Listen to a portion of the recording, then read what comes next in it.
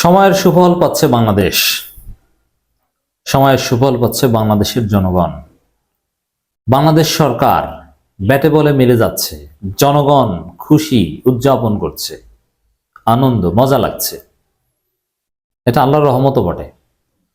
দর্শক, আলোচনা যাওয়ার আগে একটা থিওরি আপনাদেরকে শুনিয়ে রাখি। এটা ফরেন পলিসিতে খুব কাজ করে এবং এটা হিউম্যান নেচার। এটাই, এই যে আন্তর্জাতিক সম্পর্ক নিয়ে আমরা কথা বলি, আপনাদেরকে আন্তর্জাতিক রাজনীতি শিখাই, ব্যাখ্যা দিই, এগুলো একেবারেই প্রত্যন্ত অঞ্চলে কিংবা ভিলেজ পলিটিক্স বলতে যা বোঝাই, ফ্যামিলি পলিটিক্স বলতে যা বোঝাই, ওগুলোর একটা এক্সটেনশন। এখানে আলাদা কিছু নেই। যেমন আপনার বাড়ির মধ্যে, আপনার এলাকায়, আপনার পাড়ায়, মহল্লায়, গ্রামে আপনার যে শত্রু, তার শত্রু যদি আরো বাড়ে, আপনি যেরকম খুশি যে এতদিন আমার একলার সাথে লড়েছো, এখন আরো শত্রু বানিয়েছো, বুঝো মজা, এখন আপনি খুশি না? এরকম আন্তর্জাতিক রাজনীতি তো সেম, যে বাংলাদেশের যারা শত্রু তারা যদি আরো অনেকের শত্রু হয়, তাহলে বাংলাদেশ খুশি, তারাও খুশি। Enemy of my enemy is my friend. এটা হচ্ছে আন্তর্জাতিক সম্পর্কের একটা মৌলিক থিওরি। তো দর্শক, ভারত চারদিক থেকে বিপদে পড়ছে। বাংলাদেশ তো ভারতকে সাহায্য করেছে। বাংলাদেশের জনগণ একটা খবর খুব আনন্দের সাথে, মজার সাথে তারা একটা খবর শেয়ার করছে। তারা খুবই খুশি ভারত সম্পর্কিত, যে ভারতকে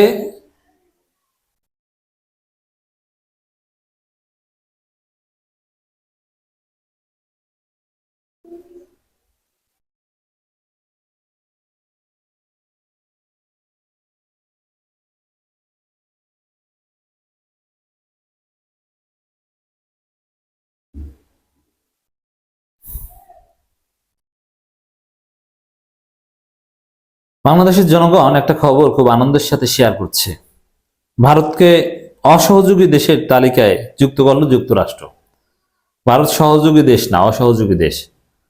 ভারত চীনের কাছ থেকে সকাল সন্ধ্যা থাপ্পড় খাচ্ছে।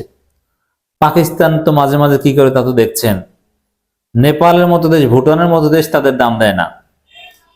আর যুক্তরাষ্ট্রের মতো সুপার পাওয়ার তাদেরকে অসহযোগী দেশের তালিকায় যুক্ত করে। বুঝতে পারছেন তাদের অবস্থাটা কি? এর মানে আমাদের সাথে চালাকি করতে আসবা, চারদিক থেকে তোমার বিপদ, তুমি কতজনের সাথে লড়বা?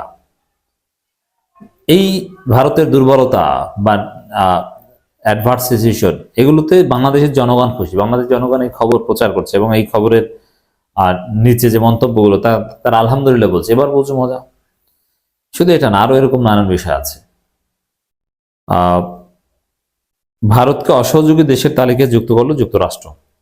ভারতকে অসহযোগী দেশের তালিকায় অন্তর্ভুক্ত করেছে যুক্তরাষ্ট্র অভিবাসন ও শুল্ক প্রয়োগ সংস্থা। ভারত ছাড়াও Bhutan, Cuba, Iran, Pakistan, Russia এবং ভেনেজুয়েলার তালিকায় রয়েছে। বুঝতে পারছেন? এখন এই ভেনেজুয়েলা কিংবা এই কিউবা এদের কাতারে পড়ে এখন ভারত, বাংলাদেশ কিন্তু পড়েনি। এটা ইম্পর্টেন্ট। অসহযোগী দেশের তালিকায় আরো অনেকে আছে, পার্শ্ববর্তী দেশই একাধিক আছে, কিন্তু বাংলাদেশ নেই। এটা দ্বারা কি বোঝা গেল? যে বাংলাদেশ সরকারের প্রতি আকণ্ঠ সমর্থন ডক্টর ইউনূস সরকারের প্রতি সমর্থন যুক্তরাষ্ট্রে আছে। তো দর্শক, যে যুক্তরাষ্ট্রের কাছ থেকে এখন বঞ্চিত হচ্ছে বা ভ্যালু দিচ্ছে না। সংস্থাটি জানিয়েছে এই দেশগুলো সাক্ষাৎকার গ্রহণ, সময় মতো ভ্রমণ নথি ইস্যু করা এবং নির্ধারিত ফ্লাইটে তাদের নাগরিকদের ফিরিয়ে নিতে প্রয়োজনীয় সহযোগিতা প্রদান করতে ব্যর্থ হয়েছে। এখন বুঝো, এটা দেখেন, এই অসহযোগী দেশের তালিকায় বা এতে যে একেবারে দেশ ধ্বংস হয়ে যাবে, সম্পর্কে ডিটেরিয়েশন হবে, তা না।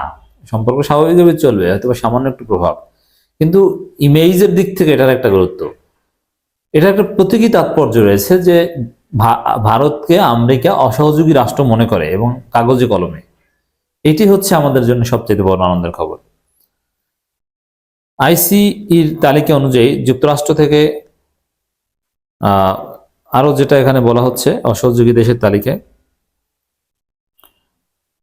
যুক্তরাষ্ট্র থেকে 14,50,000 অবৈধ অভিবাসীকে বিতাড়িত করার পরিকল্পনা রয়েছে।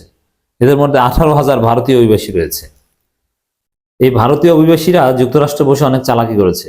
এই যে মোদির পক্ষে বলা হিন্দুত্ববাদী আচরণ কিংবা ট্রাম্পকে প্রভাবিত করে টুইট করানো, এই কাজগুলো ভারতীয় ডায়াসপোরা বা ভারতের অনেক অবৈধ অভিবাসীর সাথে জড়িত।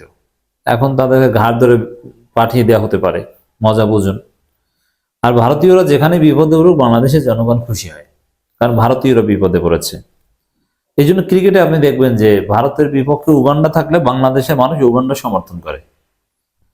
সাম্প্রতিক বছরগুলোতে প্রায় 90,000 ভারতীয় যুক্তরাষ্ট্রে অবৈধভাবে প্রবেশের চেষ্টা করে আটক করা হয়েছে।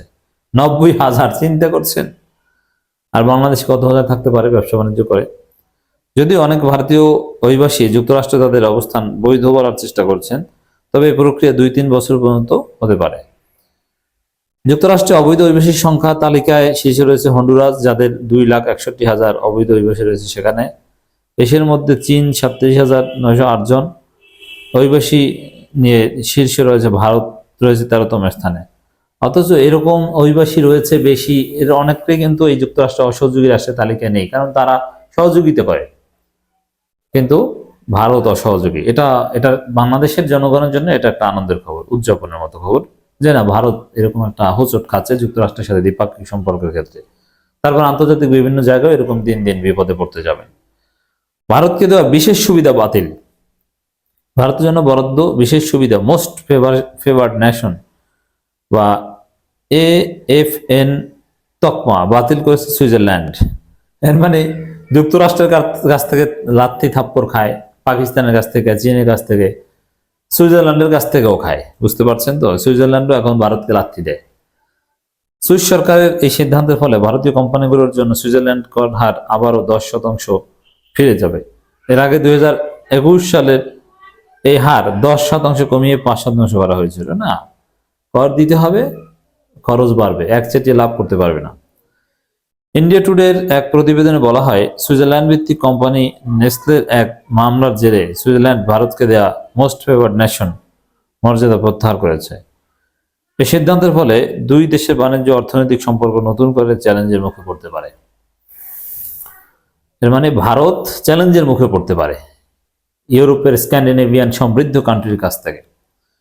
বিশ্ব বাণিজ্য সংস্থা নিয়ম অনুযায়ী কোন দেশ যখন অন্য একটি দেশের মোস্ট ফেভার্ড নেশন এর মর্যাদা দেয়, তখন সেই দেশের জন্য শুল্ক ও বাণিজ্য নীতিতে বিশেষ সুবিধা নিশ্চিত করতে হয়। বিশ্লেষকরা মনে করছেন সুইজারল্যান্ড এই সিদ্ধান্ত ভারতীয় পণ্য রপ্তানি ও বিনিয়োগ প্রবাহে নেতিবাচক প্রভাব পড়বে। ভারতের উপর নেতিবাচক প্রভাব পড়লেই তো মানুষ খুশি। ভারত গরিব হয়ে যাক, ভারত ধ্বংস হলেও মানুষ খুশি, এটাই হচ্ছে বাস্তবতা। ভারত একটা আপরাইজিং হোক, ম্যাস আপরাইজিং। সুইজারল্যান্ড ও ভারতের মধ্যে দ্বৈত কর প্রত্যাহার চুক্তি বিদ্যমান, যার উদ্দেশ্য হলো সুইজারল্যান্ড কাজ করা ভারতীয় ইত্যাদিতে আর অনেক তথ্য দেওয়া হয়েছে কিভাবে কি হবে। আর মূল কথা হচ্ছে, সহজে যদি বলি, স্যাংশন আসতে পারে ভারতের উপর বিভিন্ন ক্ষেত্রে, বিভিন্ন দেশ থেকে ভারত স্যাংশন খাচ্ছে। অতএব দর্শক, ভারত এভাবে বিপদে পড়েছে, বাংলাদেশের জনগণ খুশি, বাংলাদেশের জনগণ আলহামদুলিল্লাহ বলছে।